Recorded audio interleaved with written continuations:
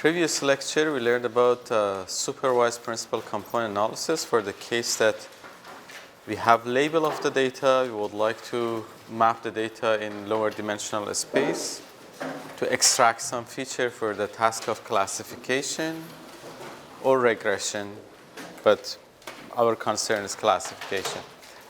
Then we can use the label of the data to find a subspace such that this subspace has maximum dependence with labels.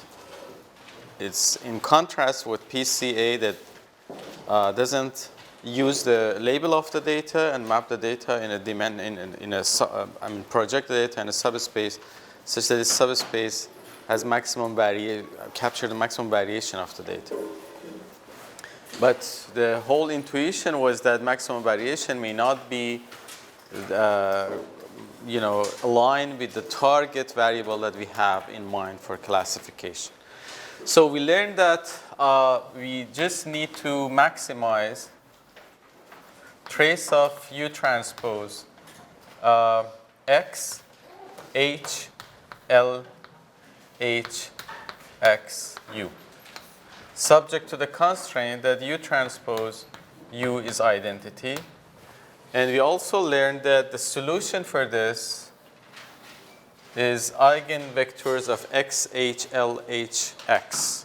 So it has closed form solution. You can do eigen decomposition on this matrix, X, H, L, H, X, when L is a kernel over labels. And then eigenvectors would be your basis, makes U, and you can map the data in lower dimensional space with maximum dependence to labels. Also, we learned that it can be seen as a more general form of PCA. So PCA could be a special case of this because if you replace L with identity matrix, then the solution is PCA. And it makes sense because identity matrix can be seen as a kernel matrix over labels when we don't have any information about the grouping of data. We just know each data point is similar to itself. But we have no any other additional information about grouping of the data. So if you do have information about the grouping of the data, you can use it here and then rotate your subspace toward the direction of target variable rather than maximum variation. Okay, so when we derive supervised PCA, the kernel that we used for X was a linear kernel. But we can use nonlinear kernel. You remember, we start with the fact that HSIC tries to maximize this quantity. When L is kernel over one random variable and K is labels over another random variable. And instead of this K, we put X, we map the data in lower dimensional space using U transpose X. And this kernel was U transpose X transpose times U transpose X. That was our K. Okay. Which finds a subspace. So similar to PCA that we had an extension, we kernelized PCA for nonlinear cases. So we would like to see if we can kernelize this and look at the case that the structure of the data is not close to a subspace but submanifold. And we would like to find that submanifold which has maximum dependence to labels. It's in fact very easy to do. And you can take exactly the same technique that we used for kernel PCA. For kernel PCA, we first drive dual PCA. And in dual PCA, everything is in terms of dot product rather than the coordinate itself. And we replace all of this dot product with kernel. You can do exactly the same thing here. And if you remember the way that we derive dual PCA is based on the fact that PCA can be learned by singular value decomposition of X. And if you look at this, for the case of PCA, you have XHI, HX. This is covariance matrix, right? So we know the solution of PCA is eigenvectors of covariance matrix or singular value decomposition of XH, which is a square root of covariance matrix, a square root of this matrix. So you can do exactly the same thing. You can look at this matrix, look at the square root of that. And the square root means that you have to find XH delta transpose HX. So basically, when delta transpose is L, so you can look at this square root, and you can show that the dual form of supervised PCA can be computed by singular value decomposition of XH delta, and everything goes the same as PCA after this step.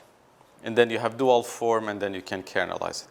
But it's possible to kernelize this formula more directly without this decomposition, because sometimes this decomposition is not easy to do. L is n by n matrix, and you don't want to take the square root of that by singular value decomposition.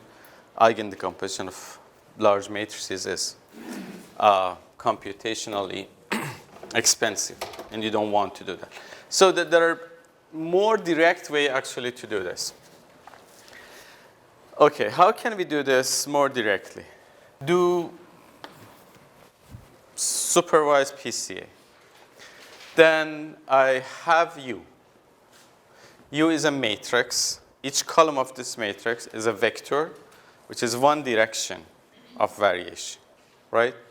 So this is, for example,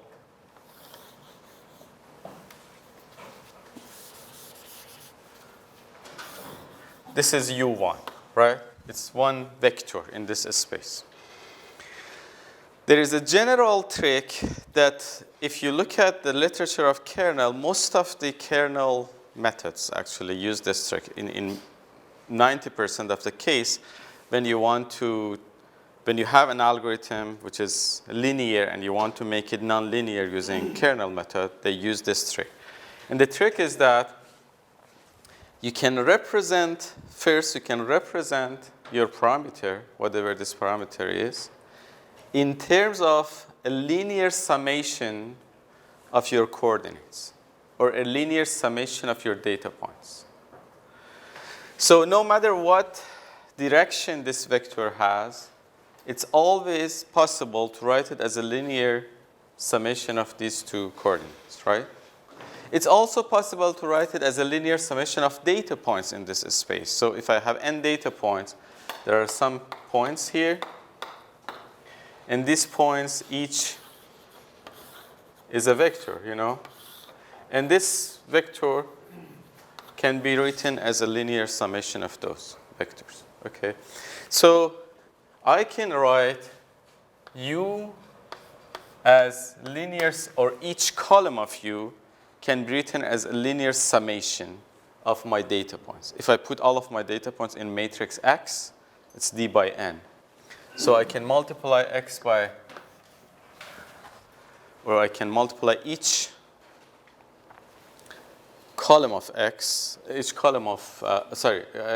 each column of U, I can multiply the whole data set by a set of coefficient and claim that it's U. I mean, it's possible. We don't know what this beta is, right?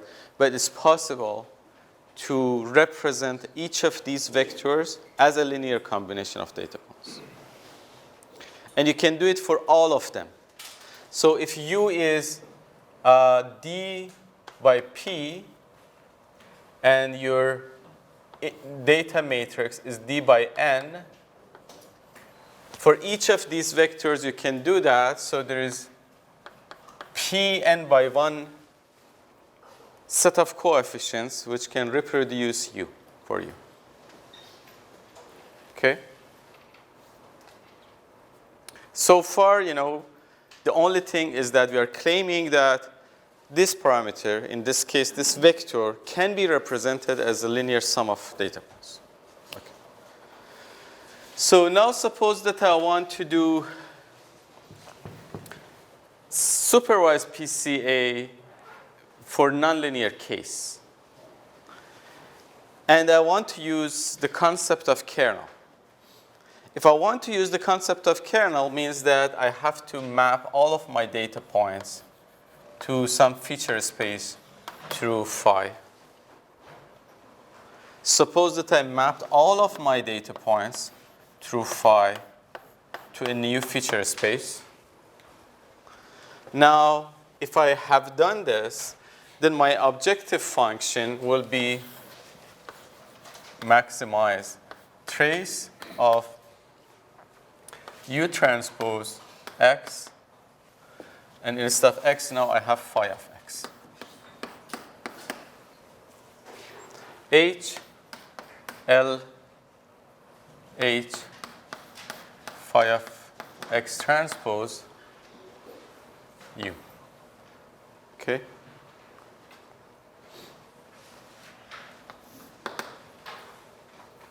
Subject to the constraint that U transpose U is identity.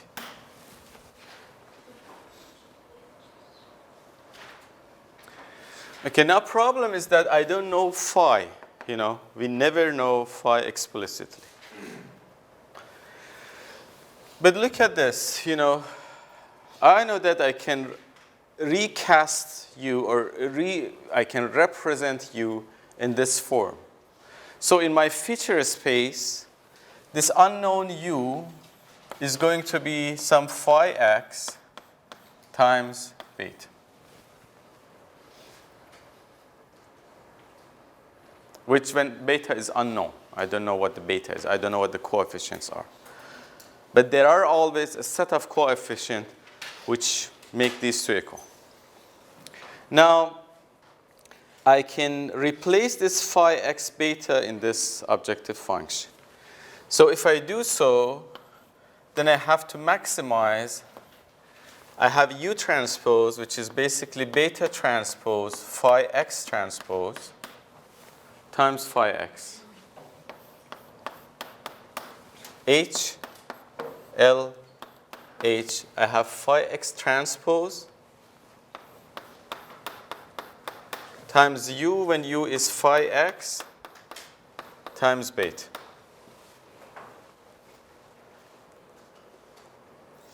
Okay, phi x transpose times phi x is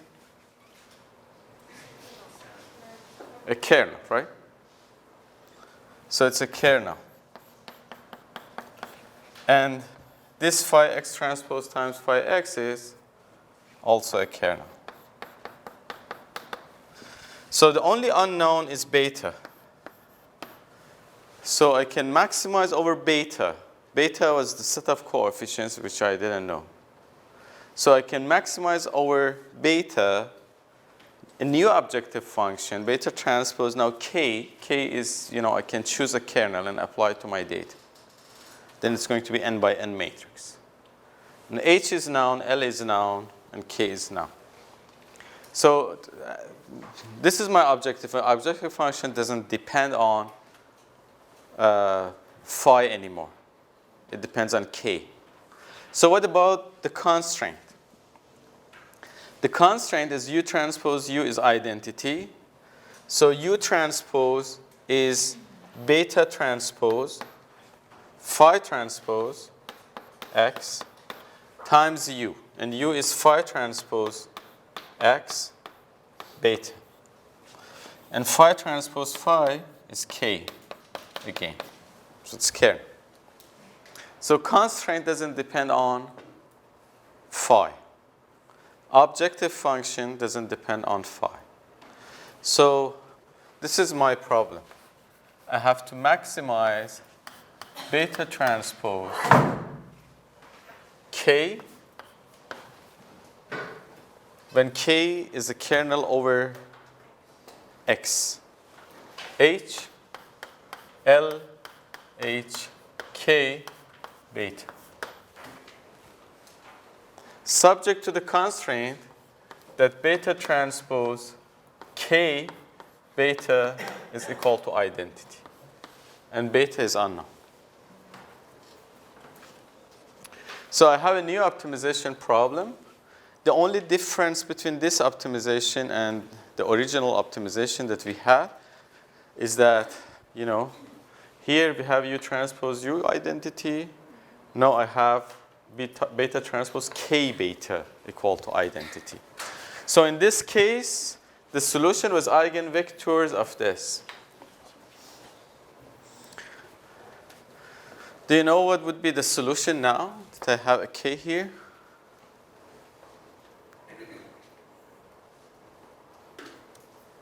The solution is, if you write the Lagrangian and take derivative, set it to 0, you can see that the solution is generalized eigenvector problem or eigenvalue problem. If you have like A V equal to lambda V, it's eigenvector problem. But sometimes you have A V equal to lambda B V. Similar to the case that we had for Fisher discriminant analysis, that was generalized eigenvalue problem. And then you have to take the inverse of this, set it to the other side, and then it becomes eigenvector problem. This is going to be a generalized eigenvector problem. Beta, this matrix, like K, H, L, H, K, times this is going to be K, times a lambda. You have a matrix on the other side, and you have to take the inverse, take it to the other side. So it's generalized eigenvector problem, which means that the solution is eigenvectors of HL, HK, not K, HL, HK. So one of this K will be canceled because of the inverse which comes from the other side. So the solution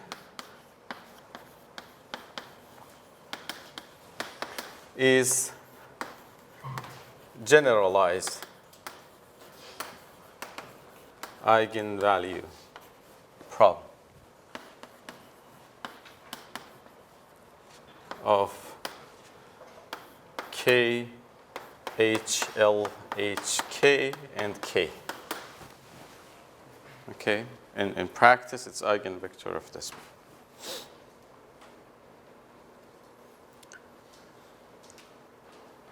Okay? Any question here?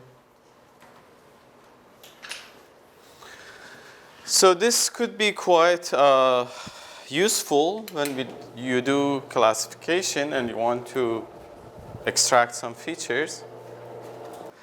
This is, the summary of supervised principal component analysis, or in short, SPCA. So SPCA stands for supervised principal component analysis, not Society of Preventing Cruelty Against Animals, because if you search SPCA in Google, that's the first link that you're going to see. So, this is the algorithm.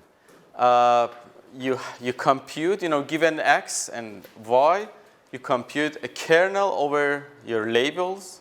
So it's B here. B here is L on the board, the blackboard. I put it L. So you compute this matrix, and you find the eigenvectors of that. This is your basis. Now you want to map your data in lower dimensional space. It's going to be U transpose X. And H is just a centering matrix. It's like PCA that, you have to center your point. You have to take the mean out. So that's the same thing. XH is X when you remove the mean of that. So this way, you're going to map it in lower dimensional space. You can reconstruct it. And you can map test example, U transpose new point out of sample point, and reconstruction text example would be possible as well.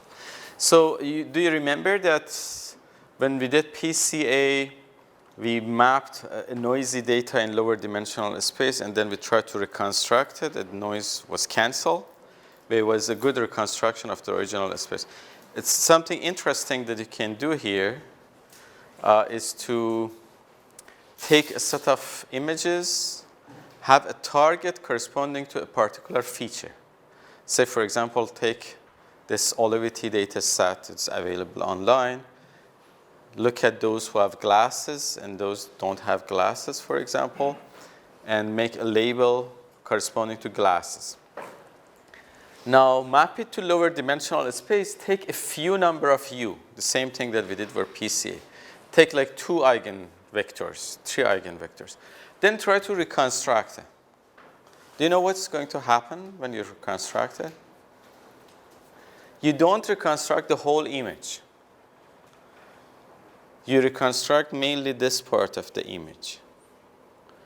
Basically, it says that this, I'm interested, about this portion of the image because you're talking about glasses or no glasses, I don't care about the rest of the face, So the first couple of eigenvectors just reconstruct this part.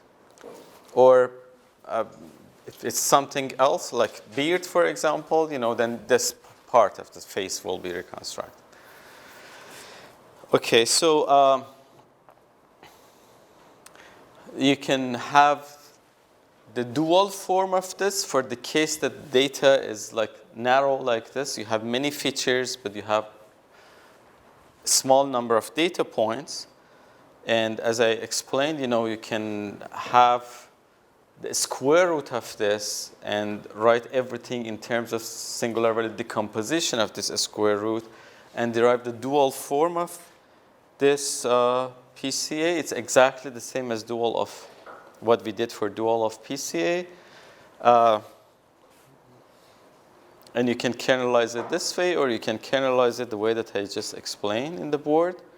So if you kernelize it the way that I explained on the board, that would be the summary, and that would be what you can do. Basically, you need to define a kernel over X. You need to define a kernel over labels, and you are going to have a constant matrix H, which is just I minus 1 over NEE transpose.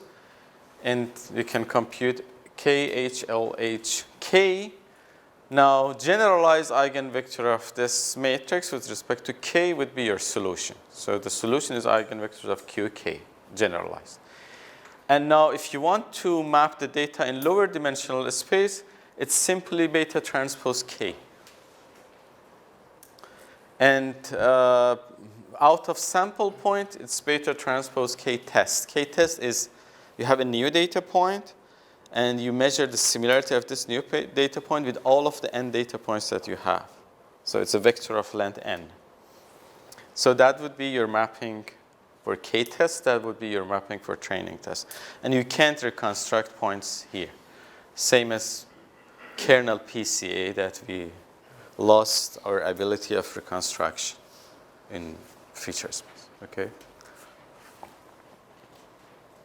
So let me show you the performance of this in some synthetic data set.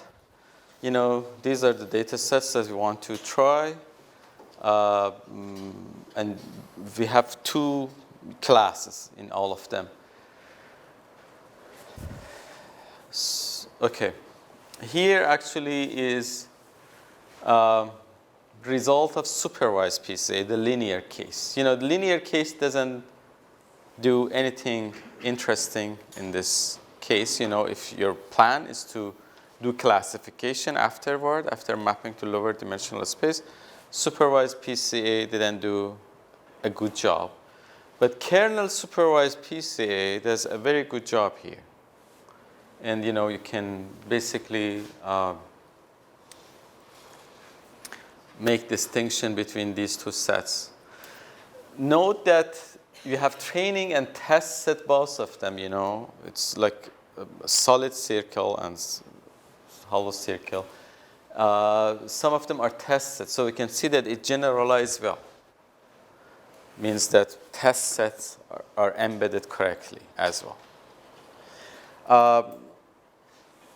it's empirical result, but there's theoretical result. There's a bound which shows that it generalizes well. You know, you can theoretically also you can prove that it has a very good bound. You know, it can generalize pretty well. When you look at that bound, it's clear. I mean, you can prove the bound if the norm of x is less than 1. Okay, you can see it theoretically. In practice, it's always helpful to make this condition of the bound real by normalizing the data in advance. When you want to apply SPCA, first you normalize your points so that satisfies the condition of that bound, and then it generalizes well. So these are all some other techniques. You know, this is a technique which is called KDR. It is basically a state of the art for sufficient dimension reduction. It's a paper in 2012. Kernel dimensionality reduction is the name of the technique. It doesn't have closed form solution. Solution is quite complex in terms of optimization. This is another form of supervised PCA, which here we call it Bayes' SPCA. This is the name of one of the authors. He and Tipshrani and some other people proposed this. This version of PCA actually is quite simple to apply if you want to. You know, suppose that this is your data point, d by n, and then you have y, which is a vector of n. So what they do is to compute correlation between each row of this matrix and y. Some measure of correlation, it's not exactly correlation. In fact, they compute x, you know, I, you know, by I dot, I mean just row I of this matrix. They compute xi dot row of this y transpose divide by, you know, they just normalize this.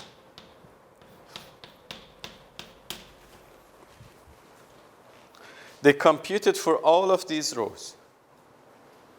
Okay, so it shows what is the correlation between this set of features. You know, think of any of these rows as a feature, a variable.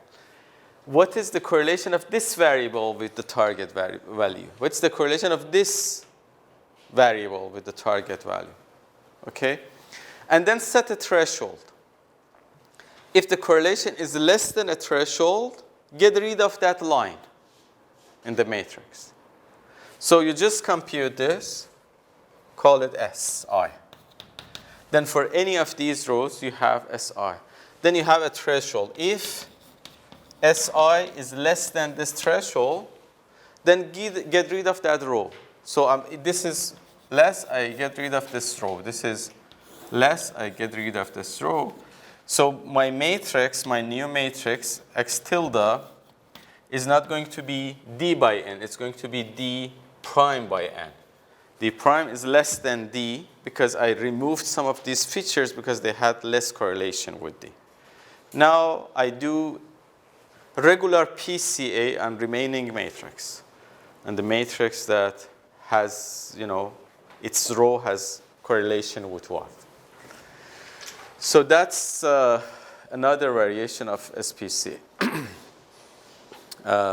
Okay, so here is another example. This is the original data set. And this is, the original data set looks like this. And when you apply linear supervised PCA, nothing interesting happened. But kernel supervised PCA can, you know, make a distinction between these two sets. KDR doesn't do a good job, and this version of PCA doesn't do a good job either. And another set of example, you can confirm the same thing. You know, this data set like XOR data set. Again, you can confirm that KPCA does a good job. And this is, again, this data set when dimensionality has been increased by adding direction of noise to it. So instead of 2 dimension, it's 18 dimension. There's 16 dimension of noise. Still, this KPCA does a good job in terms of separation.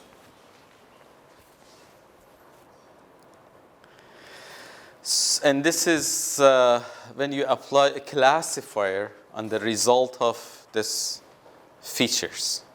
And the classifier is very simple. It's one nearest neighbor.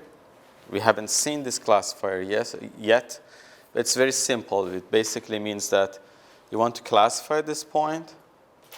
I give you a test point to classify. Look at the closest training point to it and claim the same label for this one. So I ask you, what's the label of this? I look at the training set. This one is closest one. So whatever the label of this point is, I will claim the same label for this one. It's one nearest neighbor. We're going to see k nearest neighbor in general. So it's common to, in this type of experience, to use a simple classifier like one nearest neighbor, because if you use a complex classifier like SVD, then you can question this experiment by saying that maybe better performance of this is not due to better features that you have extracted. Maybe you have set the parameters of support vector machine better in this case compared to this case. To remove all of this, ambiguity and controversy, you just go straight for a simple classifier that doesn't have any parameter to set, and all of them are fared similarly. This is error rate. You can see the error rate of KPCA on this data set is less than others. And these are others like it's FDA, Fisher discriminant analysis, that we have seen before, for example. And there's supervised PCA here, the linear case. And there is, this SPCA is just the one which I explained to you right now. And this is KDR. And you can compare that. In most of the cases, Kernel supervised PCA does a pretty good job in many data sets. Okay, to give you a sort of roadmap of remaining of this course, I'm going to introduce a couple of more algorithms for classification, but most of these algorithms are really simple algorithms compared to algorithms that you have learned by now. We are going to learn about 3 random forests, because these are pretty, common when you do classification. Going to learn about k nearest neighbor, about the naive Bayes, and then, but with the knowledge and the skills that you have so far, these are pretty easy, and we can, you can learn them, or I can teach those in very short and brief, and you can figure it out yourself. Also, we are going to see a couple of meta models, not classifiers, but models that can be applied to any classifier, like boosting, for example, or bagging. You can boost any classifier. In theory, if you have classifier which works slightly better than chance, and chance is that you want to classify 2 sets binary, and you flip a coin, and you decide the label. If you have a classifier which works slightly better than chance, theoretically, you can boost it and have a classifier which works 90% of the time correct. It's called boosting. And it can be applied to any classifier. We're going to learn about that. And there are techniques like bagging. That's, you have sometimes a classifier which has a high variance, and you want to reduce the variance. So this is sort of a roadmap of what we are going to do in remaining of the course now. And if time allows, also we're going to learn about convolutional neural network, which is, they have a state of the art in pattern recognition now, so it's unfair not to teach convolutional network now in a course about classification, an algorithm which has a state of the art in terms of, perform. So hopefully we have time to do that. Okay, so but today I'm going to do tree. Okay. So tree is very simple, very intuitive, very common in some communities. If you go to like health community, go to biostatistics, many practitioners really like to use tree because it's easy to interpret it. Compared to some of the techniques that we have learned so far, it's pretty easy to interpret, it's pretty easy to understand, very intuitive, and people like to use it. So tree is, as I said, is very intuitive. So, and basically you're going to classify your data in terms of, splitting the space. So suppose that I have a feature space, and tree is a way to split this feature space in rectangles. So we split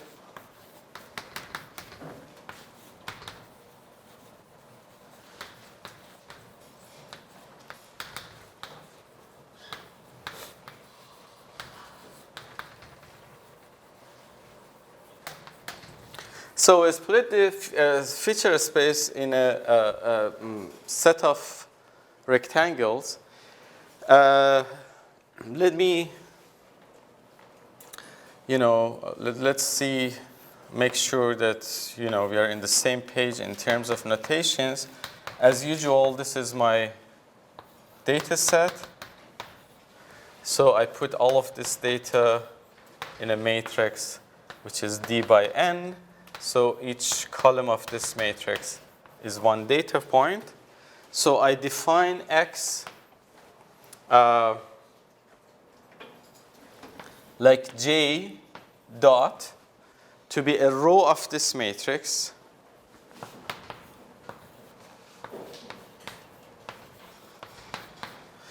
And you can think of this row as a variable or a feature. So it is a feature. So, and I define xi dot, this is a column of x, so it is a data point. Okay? So we split feature space into set of rectangles, and then we feed a simple model to each rectangle. Okay? So we fit a simple model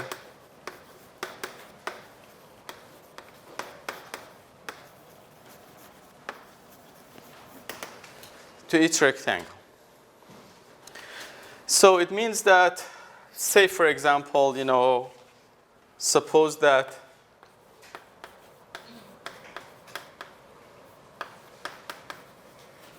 D is equal to 2. So I have a simple two-dimensional data. So, and this is my feature space. So say this is x1. So I show it by x capital 1 dot, means it's row of my matrix. And this is x2. This is x1. And this is x2. So suppose that this is my feature space, data is two-dimensional. Tree is basically, I have two features. Tree is going to decide to split the feature space over one of these features. Okay, we're going to see how we're going to choose which feature and where to split. But conceptually is that, I decide according to some algorithm that I have to split this on x1 over a threshold. So anything less than a threshold should go one side, and more than this threshold should go to the other side. So it means that here there's a threshold S1 that basically with this branch I make this feature space two parts. Then I'm going to decide here according to, could be x2 or could be again x1, right? Say it's x2. On x2, I'm going to split it again according to some threshold S2. So if it's less than S2,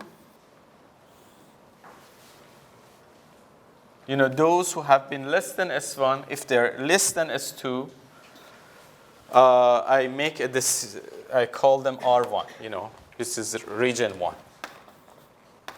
Otherwise, it's region 2. And now I can make a decision here. It could be again x1. So it's x1 less than s1. I could say that if for x1, here this side is those that are more than s1.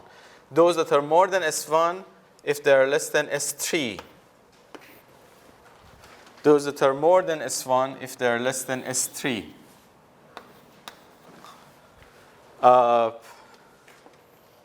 Then there are 3.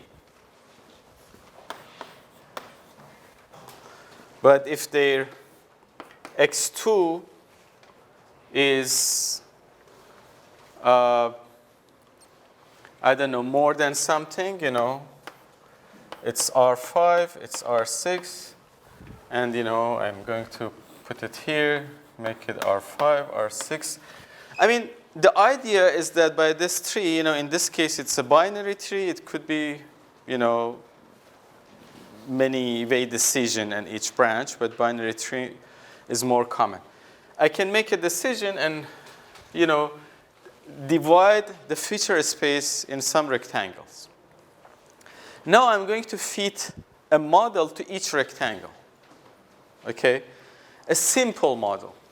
For example, this simple model could be a constant.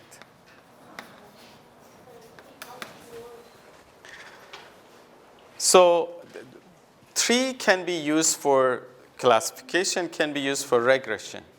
So think of tree as a general model, It could be regression, could be classification now. So I can fit a constant here, Any point that falls in this region, I fit a constant to it, it's 2. Any point that's here is 10. So it could be, the way that I estimate my function. So basically, let me write it here, for example, a constant. So my function is basically an indicator function that check if a point is in a particular region. Okay? And if a point is, if x is in a particular region, and if it is in this particular region, then let me call this M. Then a constant will be applied to points at that region. So this is an indicator function. It shows that this point is in this region or is not in this region. You can make this model more general by taking a summation over all of M. So the model could be more general at, assigning, basically taking the average of this constant.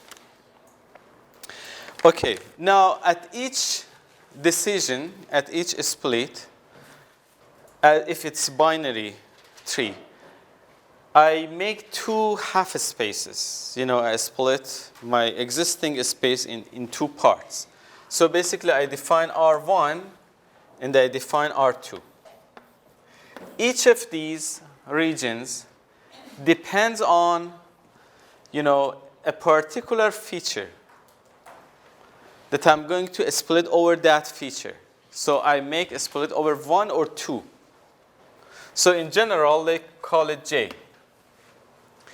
So each of this region is in a split over one feature, J, and J could be from 1 to D, and one threshold, S.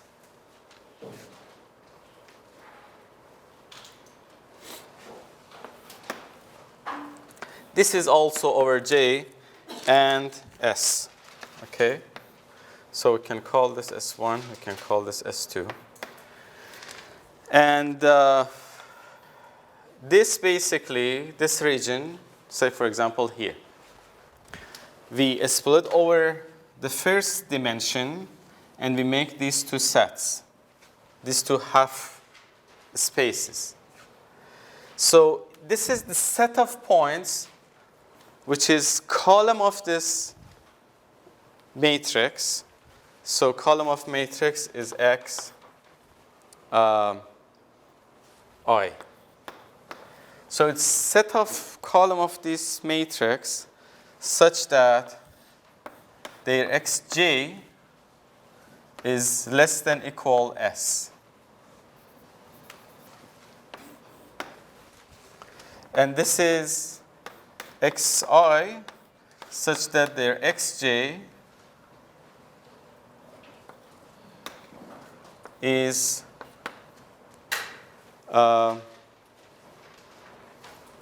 greater than S.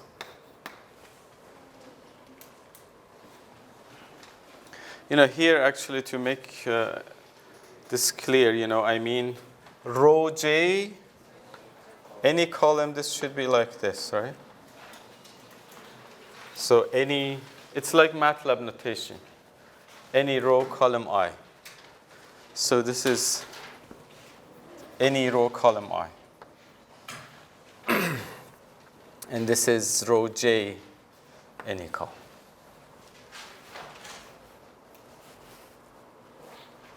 Okay, so is it clear that at each split, a split happens over one particular feature and depends on a threshold.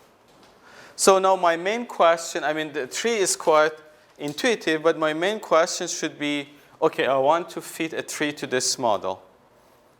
Over which feature should I make the split, and what would be the value of this threshold? That's if I know over which feature should I make my split and which threshold should I use, then I'm done.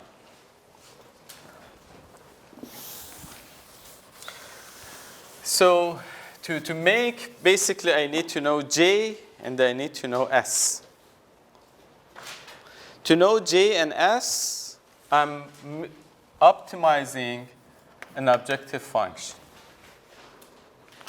So I minimize over J and S an objective function which is basically a summation of yi minus c1 of all points that are in R1. Okay? It depends on value of this S. Some points, some of these xi's are going to be on this region, some of them are going to be on the other region. This xi means a point in R. If you want, I can write it this way as well, One of these columns. So this is, suppose that this is, this could be any cost function. But suppose that I use just a squared error. So I told you that I'm going to fit a constant to each region. Suppose that's the constant that I fit to region 1. So how should I split the whole space? And when I say how, it means that over which threshold and over which direction. Should I split it this way or should I split it this way? When I split it, it gives me two regions. See, I split it, it gives me two regions. Or it could be instead of x1 over x2, and it gives me two regions. And it could be anywhere. It could be here, it could be here. So I have two things to decide about. J, which gives me variable or direction, and S, which set the threshold. So which J and S is going to minimize the distance between points at this region and the constant that I set for that region, the model, simple model that I set for that region. And also yi minus C2 squared if xi is in R2.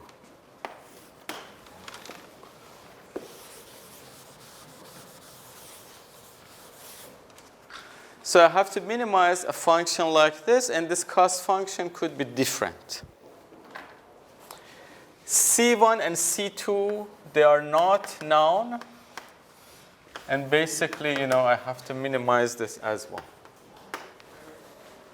So I would like to do a couple of things. I would like to choose my constant or my model for each region to minimize this cost function. Choose a constant for the second half space to minimize this cost function. When they have been chosen, I want to choose a direction and a threshold which minimize this, the whole thing. I mean, the meaning of this cost function is clear? Do you understand it? No? What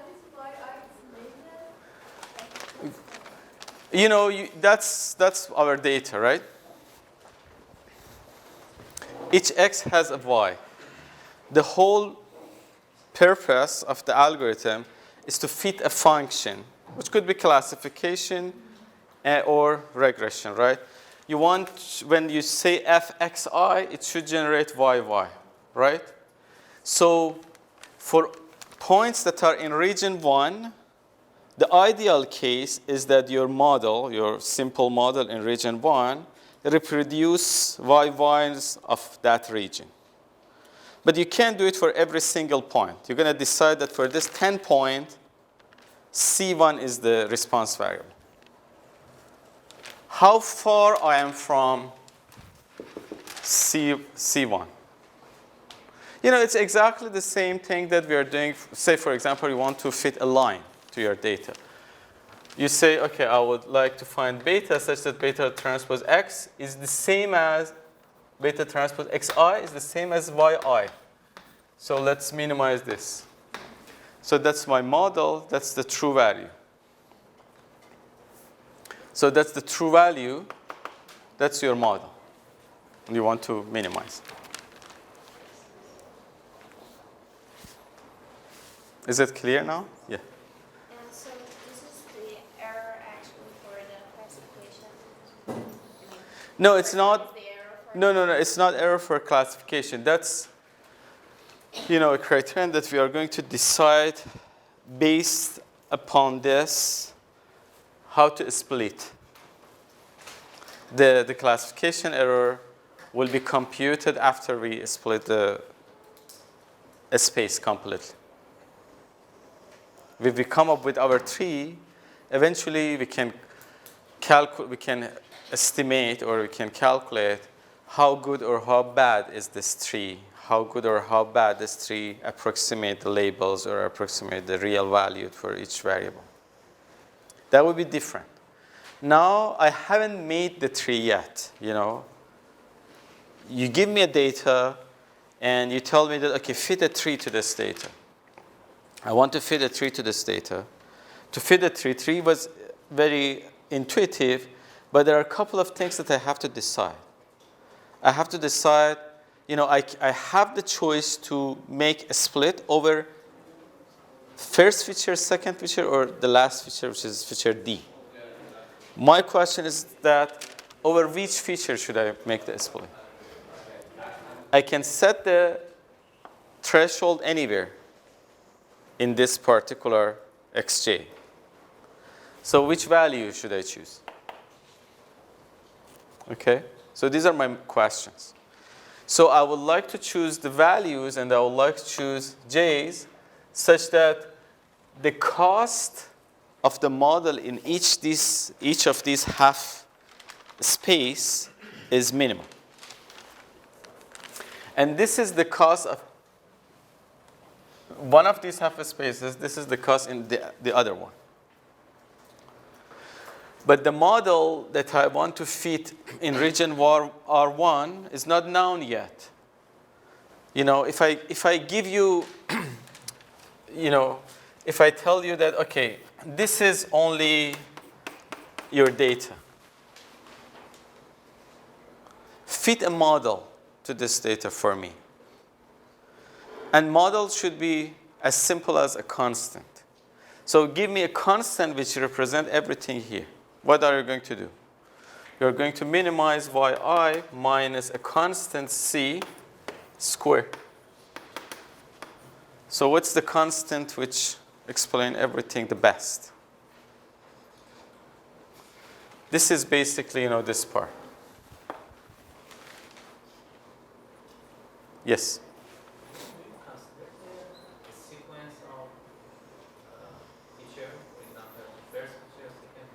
So that's what we want to learn, We would like to know which feature should come first. The feature which minimizes this is the feature which comes first for a split.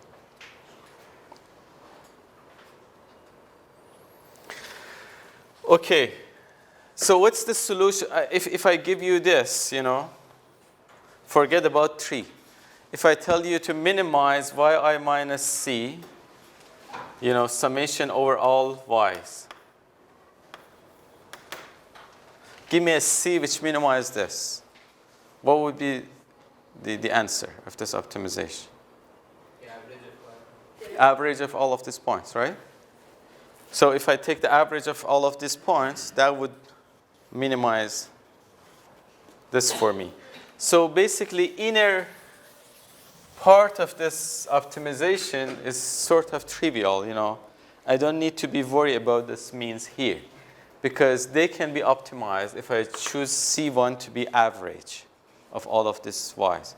So basically, I can write this optimization as minimizing over J and S of sigma xi of region 1 yi minus C1, I can call it now C1 hat or C1 bar squared plus xi in region 2 yi minus C2 bar squared, when C1 is just average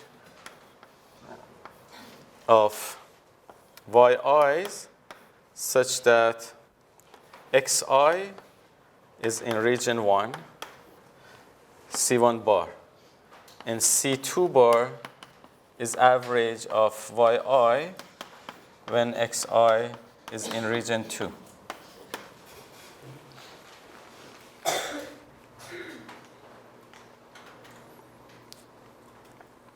Okay. So now we need to minimize this. This is very easy actually to minimize. Don't forget that the solution that we are finding here for 3 is just a greedy solution. You know, that the global mean of the solution is infeasible. It's NP hard. Okay, you can't compute it. It's I think it's NP hard. Maybe it's not, but it's hard. Anyway. So it's just a greedy solution to the problem. But this greedy solution now, it's very easy actually. So I would like to minimize over S and minimize over J. Okay? For S, that's the common practice. For S, you know, I have a matrix D by N, and this is J equal to 1, this is J equal to 2, this is J equal to 3. To minimize over J and S, I'm going to do it for all of this J. I'm going to set literally J equal to 1 and find for S. Set J equal to 2, find for S. J equal to 3, J equal to D, find for S. And among all, I'm going to choose the one which is the best. Okay? But now suppose that I set J equal to 1. So how can I find the best S? The common practice is that to limit S to a finite set. This finite set is these elements. So J is equal to 1. Then S could be either this value or this value or this value or this value. So I'm going to split over one of the values of this set of feature.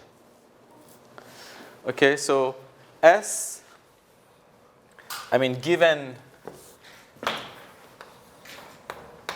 given J, S is going to be set of X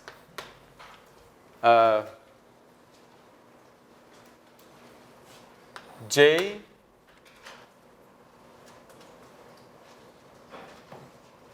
one xj 2 xj n. Given a J, this is S. So I'm going to just do a search, right? Set J equal to 1. I have all of the S computed. Set J equal to 2.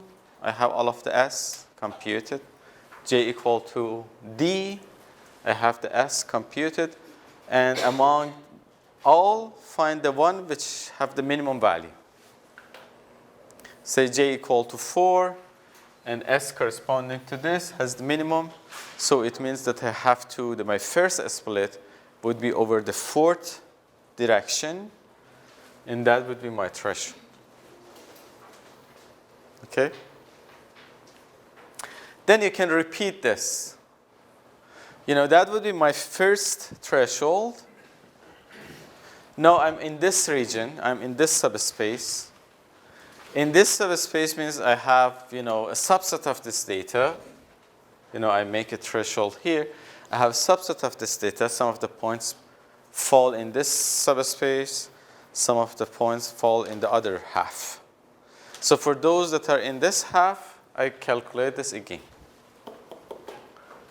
And decide where should I make the second split. And I continue this, you know. I can continue this. So this process is called growing a tree. So we grow a tree to fit our model.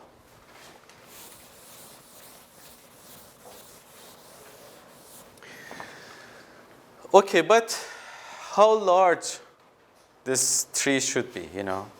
I grow a tree means that I can make a branch, I can split the data, and I can keep going, you know. I can keep going until in each region there's only one data point.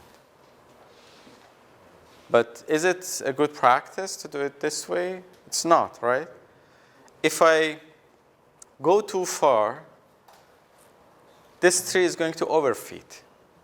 You know, if if each region explain one single data point, it's not really a region, you know. It's a lookup table. I tell you that, okay, in this lookup table, this is xi, this is yi. It doesn't make any sense. So I shouldn't go too far.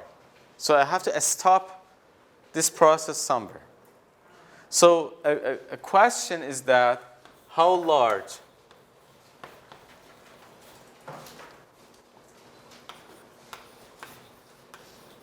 should be a tree? Okay. So to answer this question, basically, you know, we have to make it more precise. What do we mean by the size of the tree? So we are afraid of a large tree because we know it's going to contribute in the problem of overfitting, and we want to avoid overfitting. So what is important in overfitting? Having many regions. Having many regions means having many leaves or many like terminal nodes. So that's what I'm afraid of. I shouldn't have too many terminal nodes. So the number of terminal nodes that I have in a tree is a good indication of the complexity of that tree. So for any model, we need to do complexity control, right? We shouldn't let the model to become too complex because it's going to overfit the data. So what does it mean in the concept of tree to be too complex? A tree that has too many terminal nodes. So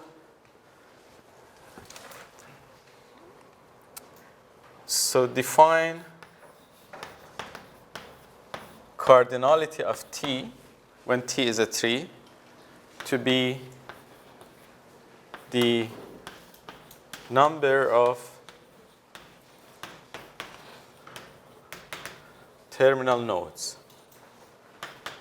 in a tree, in a tree T.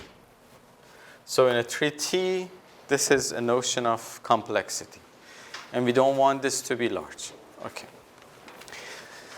So we can do different things, actually.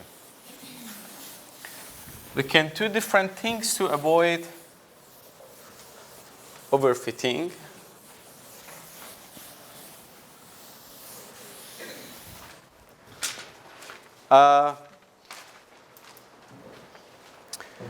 We can stop growing the tree at some point. How to decide that I have to stop here? Exactly, the same procedure that we had for other models. One way was cross-validation.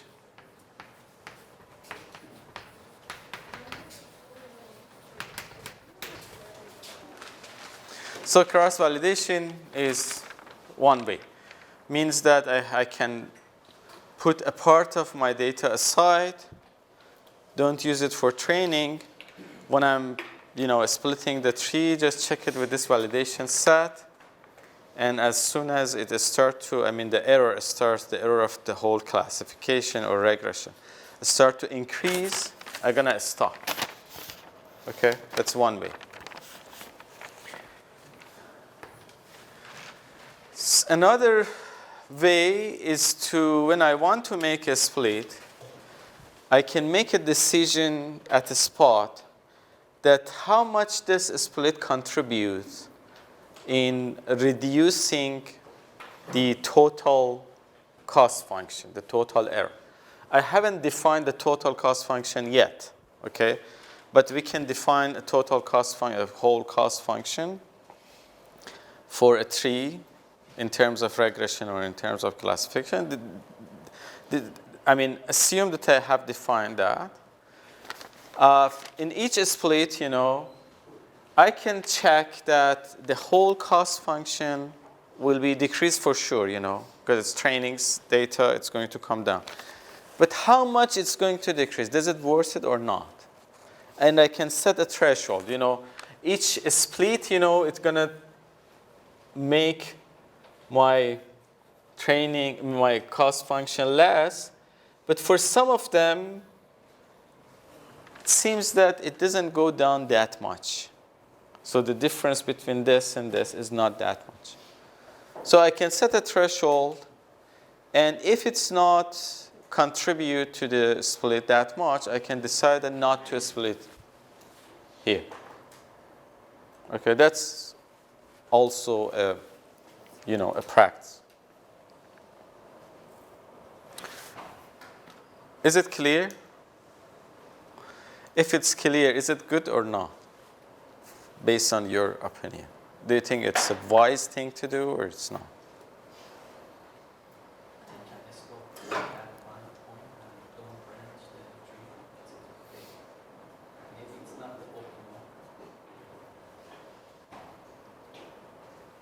Yeah, I mean, optimality in the sense of global optimality, we can think about in tree, it's a greedy method.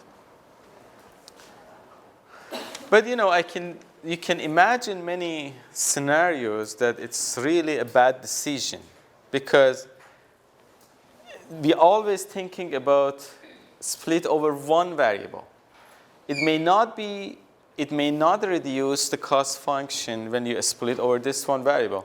But this may lead to a split in the next step, which is pretty good. Say for example, this is my data.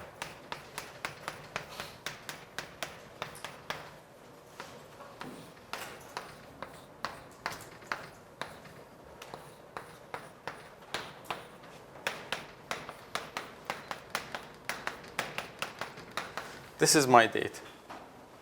Okay. Now I want to decide about the split, and this the split. I mean, at some point, not the whole data. It's at some portion of the data looks like this. And I'm in a region. I want to decide should I split or not. And one possible split is this split. If I calculate the whole cost function, it doesn't contribute in reducing the error that much because this region, is sort of mix of this label and the other label, and this one as well. So it seems that it's worthless to make a split here because it doesn't really separate the data. It doesn't contribute to reducing the cost function that much. So if you go with this strategy, you may stop here. But in fact, it can lead to a very good split in the next step because if I made this, then I can have a split here, which is completely pure, in terms of labels. And then I can have a split here, which is completely pure. So it can lead to good splits in coming steps. So it's very short-sighted to decide about immediate reward. So you always need to think about long-term reward, right? And it's everywhere, when you play chess, for example, if your strategy is to decide about next step only, what I'm going to gain or what I'm going to lose by this next step. Should I take, my opponent bishop or not? And I just think about this step, you're going to lose definitely, right?